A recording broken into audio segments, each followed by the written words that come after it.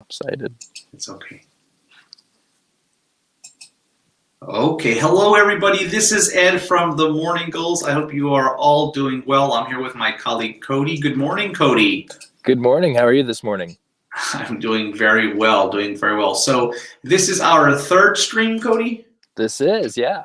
Okay, I'm super excited. So our third stream is about business plans, right? We'll talk all things business plans. So we've talked a little bit about why you should hire a life coach. We talked a little bit about why you should maybe consider consulting and consultants. And today our game plan is to talk about business plans, right? And then I think we're going to do next week, if I recall correctly, we're going to do marketing and get a little bit more specific about what marketing should look like and things like that across the businesses. So I'm going to talk a little bit about business plans. So Cody and I, we worked really hard on getting some worksheets together. I actually think we're going to post it at the bottom of the comment section in the form of a PDF. We can share that, or a link. We can share that to everybody. But business plans. So Cody, do you have a business plan? I do. I just came up with one, actually, with a little coaxing from you. So Perfect. I just had my first experience walking through a business plan. Okay, very good, very good. So business plans are super duper important, but should not constrain your creative abilities, your working energy, or hinder any part of your business, okay? Now, a lot of people, if you go to do a business plan or create a business plan on the internet, a lot of people will come across 10-page, 5 pages, 30 pages, 100 pages. You might be able to hire somebody to do an in-depth analysis and create your business plan for thousands of dollars. Okay, so I'm a firm believer that your business plan is just your ideas on paper, and it gives a little bit formation and form to your business. We all know as business owners and as entrepreneurs, different things happen that will hinder us or change what we need to do, right? So COVID, my business plan was not prepared for COVID.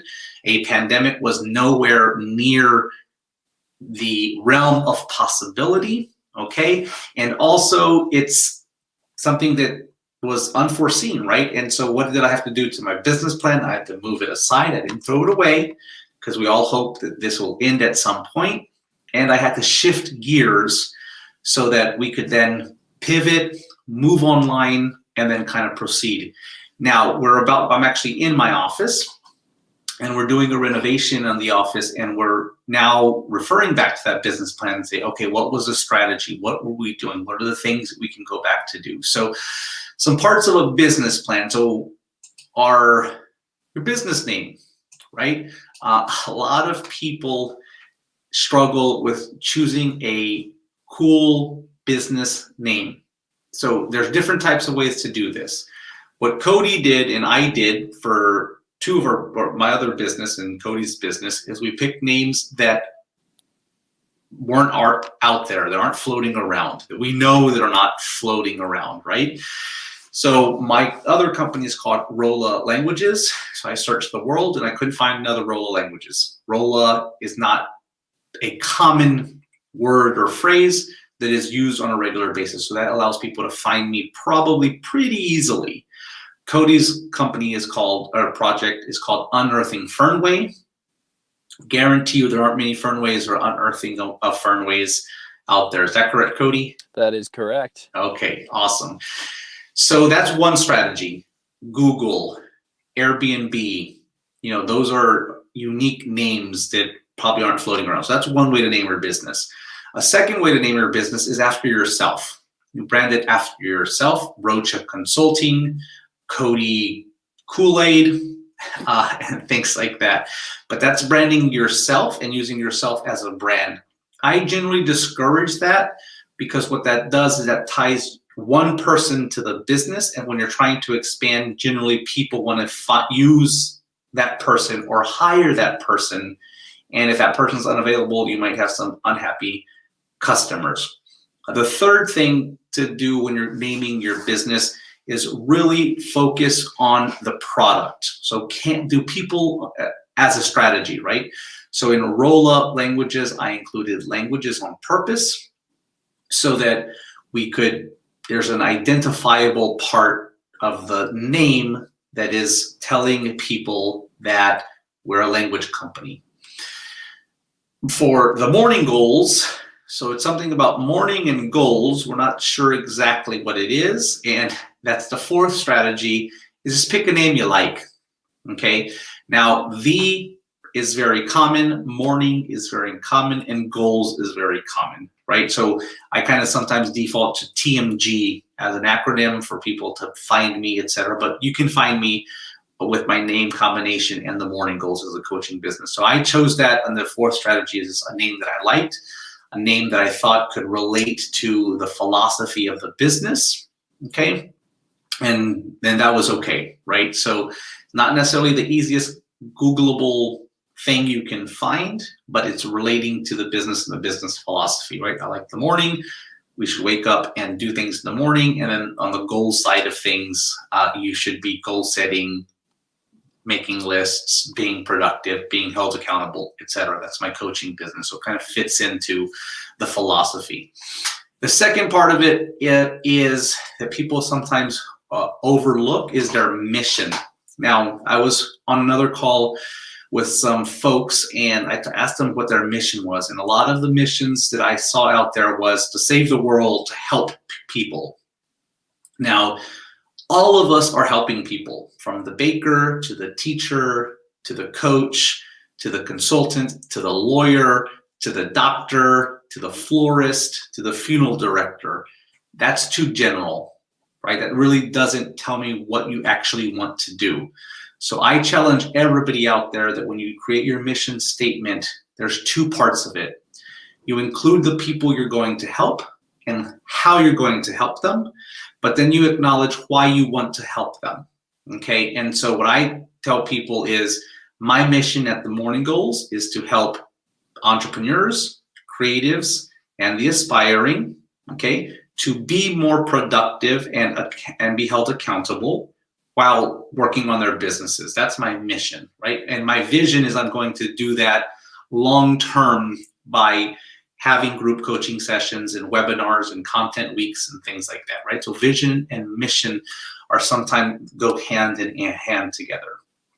There's one other thing that you should be honest with yourself about, and I have this come up a lot with clients. The reason you start a business is to make money.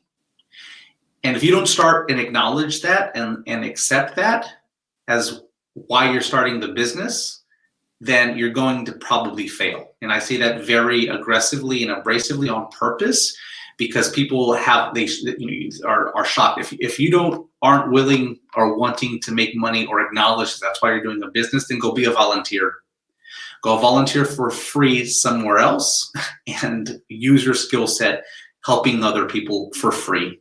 Right? So I want people to be honest with themselves, and also maybe in that mission or vision say, I want to make $100,000 in my first year. My goal is in 10 years to make $1 million, or I want to expand the business, right? But it's not, the altruistic thing is great, but that's not why you're running a business, right? And then I think that should be part of your mission statement to yourself. You don't have to publicize that to the world. But you should write it down. The other thing is your logo, style, and colors. So I generally wear solid color shirts, especially when I'm recording on purpose. And Cody and I spoke a little bit about the simplicity of the Morning Goals at one point. We use black and white generally as our colors of the logo, as well as the branding here for the stream.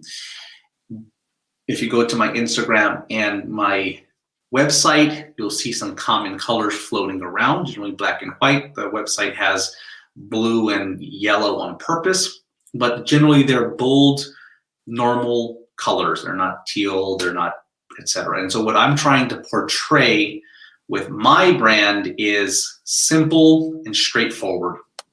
Okay, and so I actually was looking at another coach's website, She's a spiritual and mindset coach, and her colors reflect that, right? They're a little bit more soft and flowy and, more comforting and soothing than my colors, which are more bold and direct, which is my personality, but also that's what we do in business coaching as well, right? So it kind of reflects all of those things.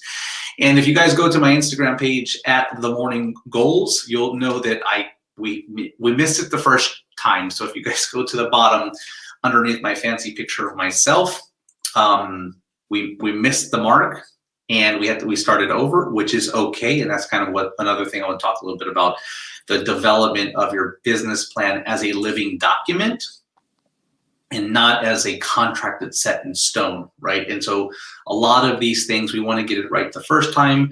We want to make it perfect. And while the previous colors on the Instagram page were fine and, were okay, I just didn't think that they reflected the logo, the mission, the colors, etc. So that's also important to think about, is what your branding looks like. And then the other thing on your business plan that you should add are your qualifications.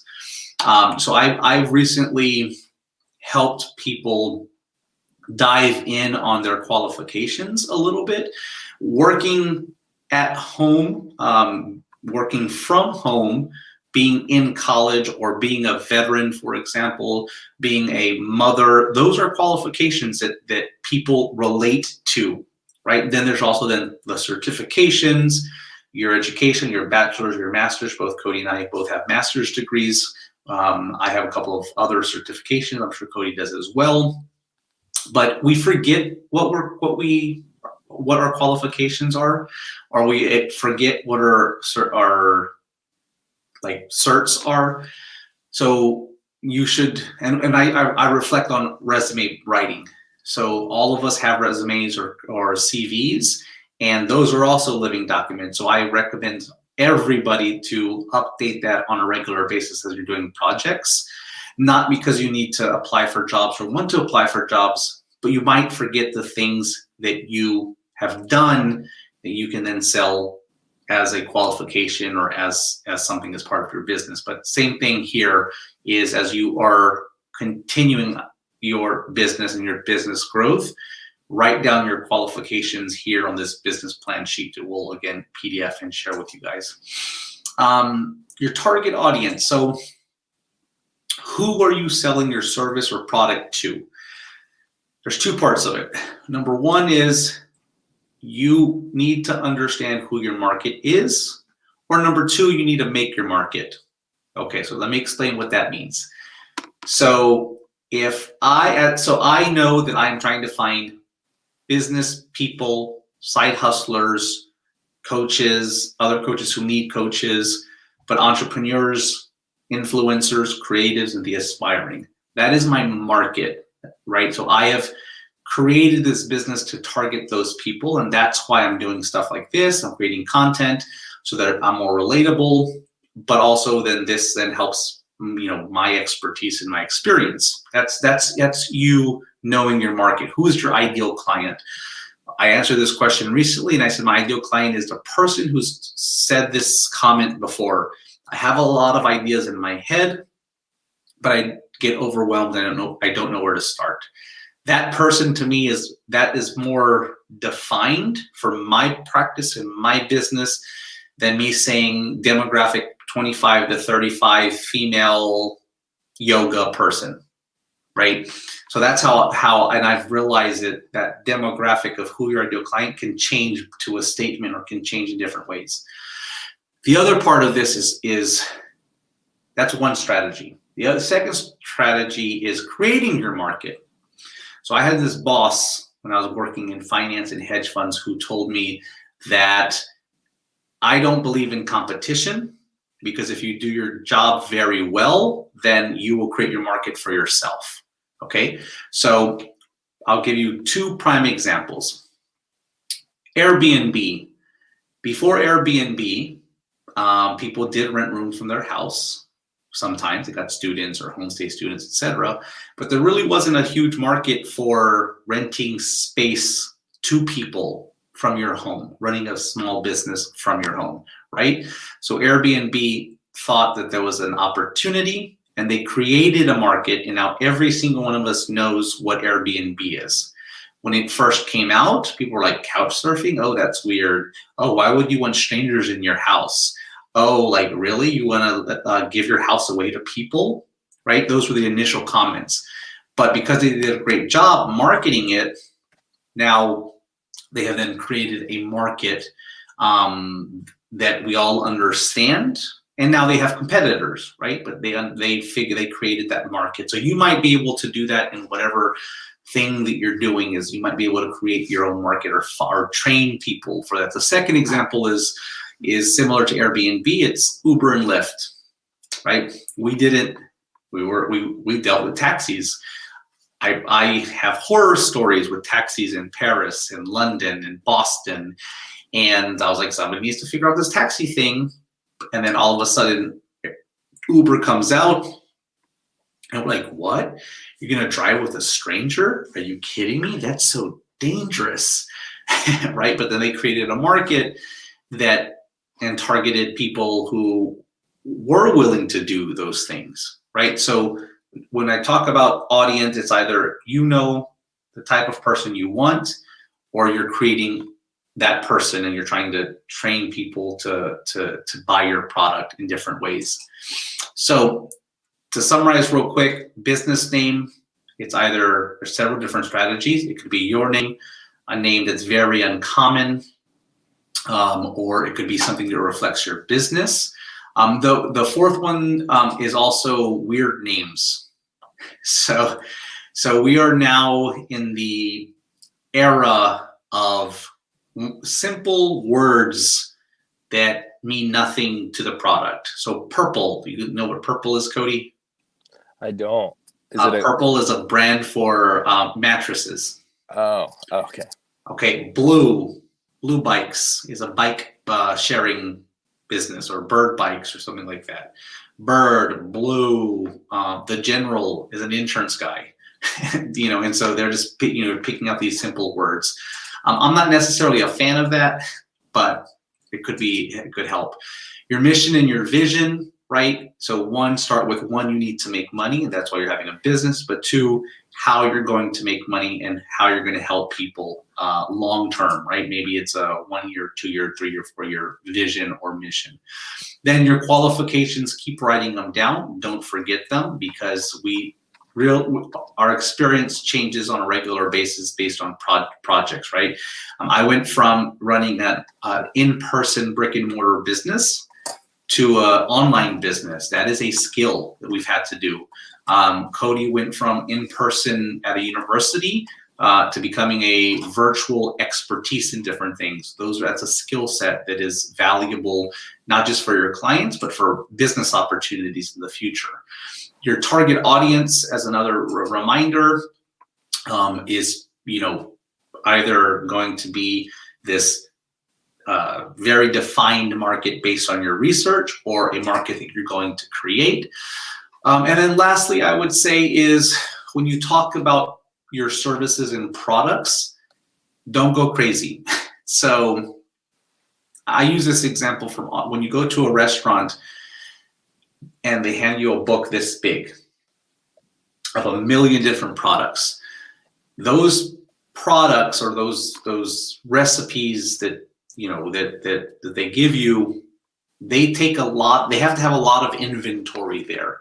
A lot of small businesses or startups don't have a lot of money for big inventory, don't have huge offices to store things, or their expertise is limited. So I always recommend that on your business plan, you write 3 very clear and defined services or products that you're going to offer to clients. Now, you can chop up those 3 in different ways to get 6. You might be able to have add-ons to those 3, but you should start with 3. So if you go to my website, there are 3 packages or 3 opportunities at themorninggoals.com to work with me. And that's by design. I don't want to give you too many options to confuse you. I have a winner one, a champion, and a conqueror. and they're cut up in different ways, but they're basically the same product but cut up in different ways. I don't want to give you too many options on purpose. Now we're going to be creating other options, right? So, and that's okay, but the core of the business and stuff that you're going to see first are these 3 options. And that idea works with menus, it works with consulting practices, it works with the flower shop, right? There's a billion flowers out there, but which few are you going to start with that you can do different combinations that are both colorful and also venue specific, right? From funerals to weddings to baby showers, and how can you kind of limit what you have to focus a little bit on that business. And then lastly is what I call your financial health and budget. So I just don't include a budget because budget is like boring numbers, but what's the financial health of your business? Where are you going to get money from? Are you going to tap into savings? Are you going to get a loan? Are you going to get friends and family to give you money as investors? Are you going to find a partner? And then with that financial health, then we talk a little bit about budget. How much does Coddy cost? How much do I need to pay myself? Always pay yourself first. How much are you going to have for operations? How much is going to cost, which is websites, designers, logo design, hosting, email addresses, flyers, advertisement, right? That could all be part of that operations. Now, Coddy, I filled out this fancy form for the morning goals. It's the one that we have is 2 pages long. What happens on Monday when somebody comes with a new idea to our morning meeting? Well, we talk about it. We see how it lines up with our vision and our mission and kind of our trajectory. And we work it in, and we try our best to find a way to fit it in that doesn't spread us too thin, right? We want to be scalable and make sure that we're being smart about how we use our resources. Absolutely, right? So we don't say no. Right? We figure out, because the business plan is a living document. And I'm going to say that a couple more times. Your business plan is a living document. It is a guide on where you might want to go or where you think you should be going right now, but you should refer back to it to adapt it, to change it, and to update it. But I think I tell everybody it should take no more than 20 or 30 minutes. That's it. If it takes longer, or if you paid hundreds of thousands of dollars for it, you're wasting your time and money. You're probably never going to refer to it again. Another thing that you could add to this business plan, and then I'll have Coddy ask me a few questions for you all, is that you should have at the bottom a 1-year, 5-year, and 10-year general idea of where you're going. So at the morning goals, our goal this year is to have 100 clients. No, that's a lot actually, but I'll start with use that as an example. 100 clients. Next year, we're going to have 150 clients and 2 in-person events, week-long events. And then in 10 years, I will no longer be coaching people. I will have 5 coaches underneath me, and my job is for Coddy to drop ship me into the Bahamas at a luxurious resort, and my job is to perform for an hour, and then afterwards go out and relax. Right, so that is a trajectory of how things will change. It may or may not happen. That 10-year thing in me in the Bahamas might switch to me in French Polynesia or in Paris, and I might, instead of doing 1 hour of dropship talking, doing 2 hours and doing something else afterwards. Right. So, but planting that seed and then driving forward will give you direction, and will help guide the business as you guys move forward. So with that, Coddy, what questions you might have that the audience might be interested in? Yeah, so I think one of the things we see most often with new businesses or people as they're taking these ideas and putting them on paper is really struggling to find their target audience, right? If we're talking about something that's general like flowers, everyone can use flowers. But what we were talking about in the business plan is identifying who our target market is. Do you have any advice that we could use to narrow down our audience? Yes, we call that niching down, right? So the flower shop has all kinds of flowers, but you might want to niche down to only doing weddings to start off with, because that way you're directing your marketing money to specific people and venues, right? So the wedding venue, the church, the wedding photographer, right? So you're defining that a little bit more clearly, and then when you market, you have a starting spot. Does not mean that if somebody walks in from outside into my flower shop that I'm not going to give them a bouquet of roses on Valentine's Day. All it means is that specifically my money is being targeted to different places. So I always say, use your marketing money to get as specific as possible, so that then you can find your other people in peripheral. And then once you establish yourself, then you have that customer that kind of keeps coming in. So for me, for the morning goals, I'm specifically targeting creatives on Instagram. So content people on Instagram, influencers on Instagram, we're spending a lot of time and energy there on purpose, because I feel that those type of people probably say my ideal client statement more often than not. I have a lot of ideas. I just get overwhelmed and don't know where to start, right?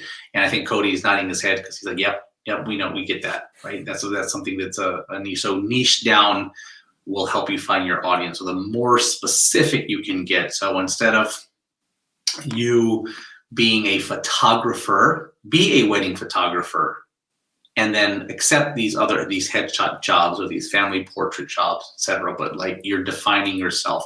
That's a big mistake for a lot of business owners, is not niching down right away. Perfect. So then let me think back to that business plan. Mm-hmm. So we talked about niching down and finding that target audience. When it comes to branding, any kind of tips or tricks that you have to that we haven't mentioned to help those brands stick out?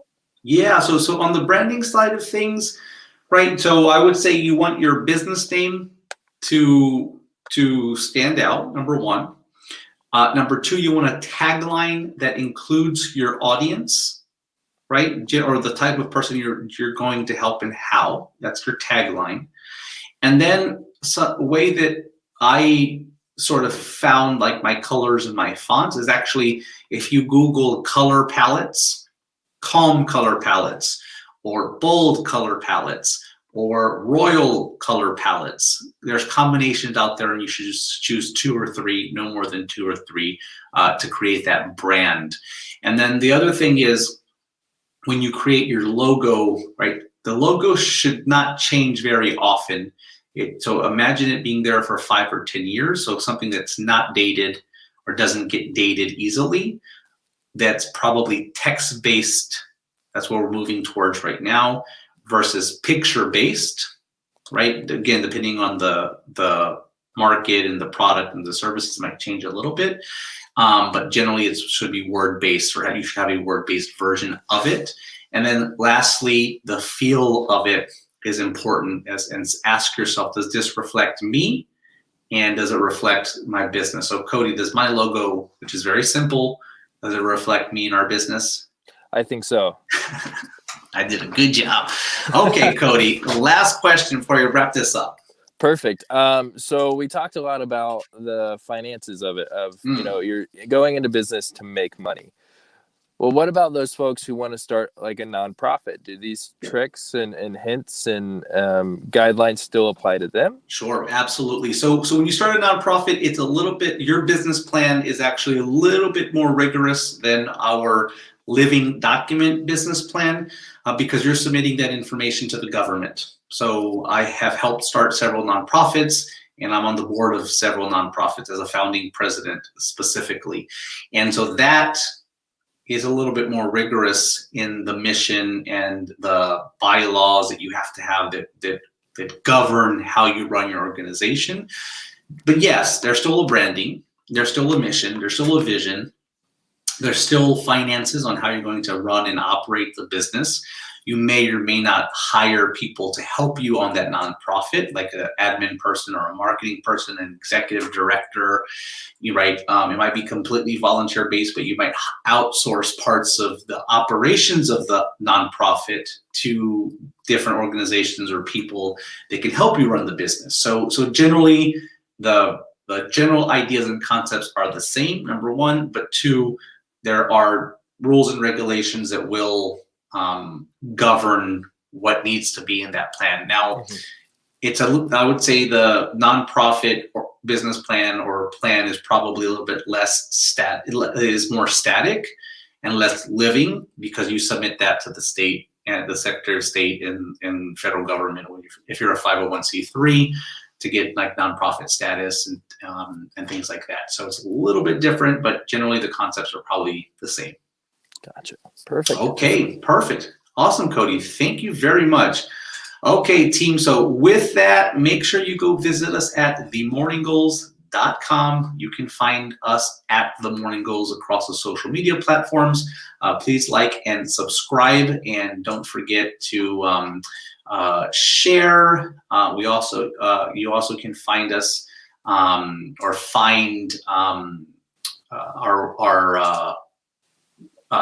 podcast at thefuturebreakup.com. But here's the website, themorninggoals.com. So Cody, thank you very much. Much appreciated. And I'll see you soon. See you soon. Awesome. Bye. Bye.